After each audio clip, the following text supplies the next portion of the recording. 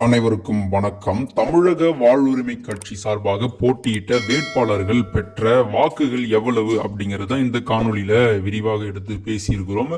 குறிப்பாக கொங்கு பகுதியிலுமே 500 முதல் 1000 வாக்குகள் வரைக்குமே ஒவ்வொரு வேட்பாளர்களும் பெற்றிருக்கிறார்கள் அப்படிங்கிறத கவனிக்க முடிந்தது.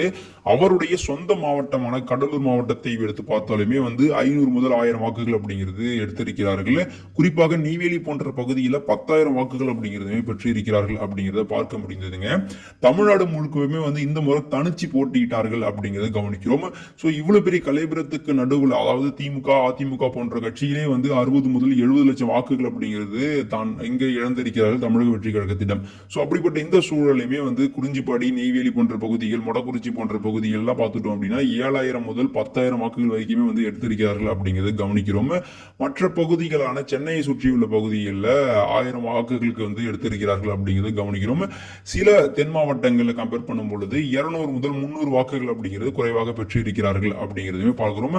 குறிப்பாக அவருடைய சொந்த மாவட்டமான கடலூரிலேயே 623 வாக்குகள் தான் பெற்றிருக்கிறார்கள் அப்படின்னா எந்த அளவுக்கு மக்களுடைய இந்த மாற்று சிந்தனைகள் இருந்திருக்கிறது அப்படிங்கிறது எடுத்து காமிக்குதுங்க. இப்படிப்பட்ட இந்த சூழலையுமே ஒட்டுமொத்த தமிழ்நாட்டு இளைஞர்களுமே தமிழக வெற்றி கழகத்தை ஆதரித்த பொழுதும் பல நபர்கள் ஸ்ட்ராங்கஸ்ட் மைண்ட் செட்டோ இருக்கிற மக்கள் தமிழ் தேசியத்திற்காகவும் வேல்முருகன் அவர்களுக்காகவுமே இந்த வாக்குகள் அப்படிங்கிறது கொடுத்திருக்கிறார்கள் அப்படிங்கிறதுமே கவனிக்கிறோம்.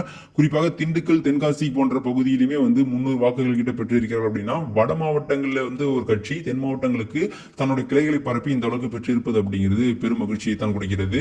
அதே போல மாதாவரமா இருக்கட்டும், அரக்கோணமா இருக்கட்டும், இது போன்ற பகுதிகளில் சென்னை சுற்றியுள்ள பகுதியிலுமே 200 முதல் 300 வாக்குகள் அப்படிங்கிறது பெற்றிருக்கிறார்கள். அதே போல டெல்டா போன்ற பகுதியிலுமே பார்த்துட்டோம் அப்படின்னா 200 வாக்குகள் அப்படிங்கிறது எடுத்திருக்கிறார்கள் அப்படிங்கிறது கவனிக்கிறோம்.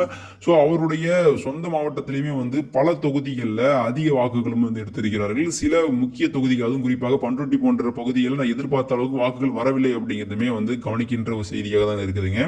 எதிர்பாராத விதமாக நான் பெரிதளவில் வியந்த ஒரு விஷயம் என்ன அப்படின்னா, கொங்கு பகுதியில் அதிக வாக்குகள் அப்படிங்கிறது பெற்றிருக்கிறார்கள் அப்படிங்கிறத கவனிக்க முடிந்தது. மதுரை கிழக்கு, கோவை தெற்கு போன்ற பகுதியில் எல்லாம் 200 வாக்குகள் அப்படிங்கிறத பெற்றிருக்கிறார்கள். அதுவும் குறிப்பாக ஆரணி, லால்குடி போன்ற பகுதிகள், வேலூர் போன்ற பகுதிகள், அது திருவள்ளூர் போன்ற பகுதிகள் எல்லாம் 200 வாக்குகள் அப்படிங்கிறது எடுத்திருக்கிறார்கள். அது சென்னை சுற்றியுள்ள பகுதிகள் எல்லாம் 200 வாக்குகளை தாண்டவில்லை அப்படிங்கிறத பார்க்க முடிந்தது. விஜய் போன்ற நபருடைய வருகையின் காரணமாக, அதாவது திமுக போன்ற கட்சிகள், ஜாம்பவான் கட்சிகளே ஒட்டுமொத்த சென்னையிடமே வாஷ் அவுட் ஆகியிருக்காங்க அப்படிங்கிறத பார்க்கிறோம். சில தொகுதிகள் மட்டும் தான் திமுக வெற்றி பெற்றிருக்கிறார்கள். சோ இப்படிப்பட்ட இந்த சூழல சென்னை போன்ற பகுதிக்குள்ள தன்னுடைய வாக்காளர்கள் வைத்திருப்பது அப்படிங்கிறது பெரிய ஒரு விஷயமாக தான் இருக்கிறது இந்த தேர்தலை பொறுத்தளவுக்கு. சோ இப்படி தமிழ்நாடு முழுக்கவே தன்னுடைய கட்சியுடைய கிளைகளை பரப்பி இருக்கிறார். அங்கங்கே இருக்கின்ற பகுதியில் தன்னுடைய வாக்காளர்களையும் எடுத்து சேமித்து வைத்திருக்கிறார் அப்படிங்கிறத பார்க்க முடிந்தது. இதை வைத்து உறுதியாக அடுத்த தேர்தலுக்கு மிக பலமோடு இந்த கட்சி கட்டமைக்கலாம் அப்படிங்கிறது என்னுடைய கருத்தா இருக்குது. ஒருவர்களே 164 தொகுதியில் போட்டியிட்டு 74,880 வாக்குகள் அப்படிங்கிறது பெற்றிருக்கிறார் அப்படிங்கிறது பார்க்க முடிந்தது. ஒருவேளை 234 தொகுதியில் போட்டி இருந்தால் 1 லட்சம் வாக்குகள் எட்டியிருப்பார் அப்படிங்கிறது எதிர்பார்க்கப்படுகிறது.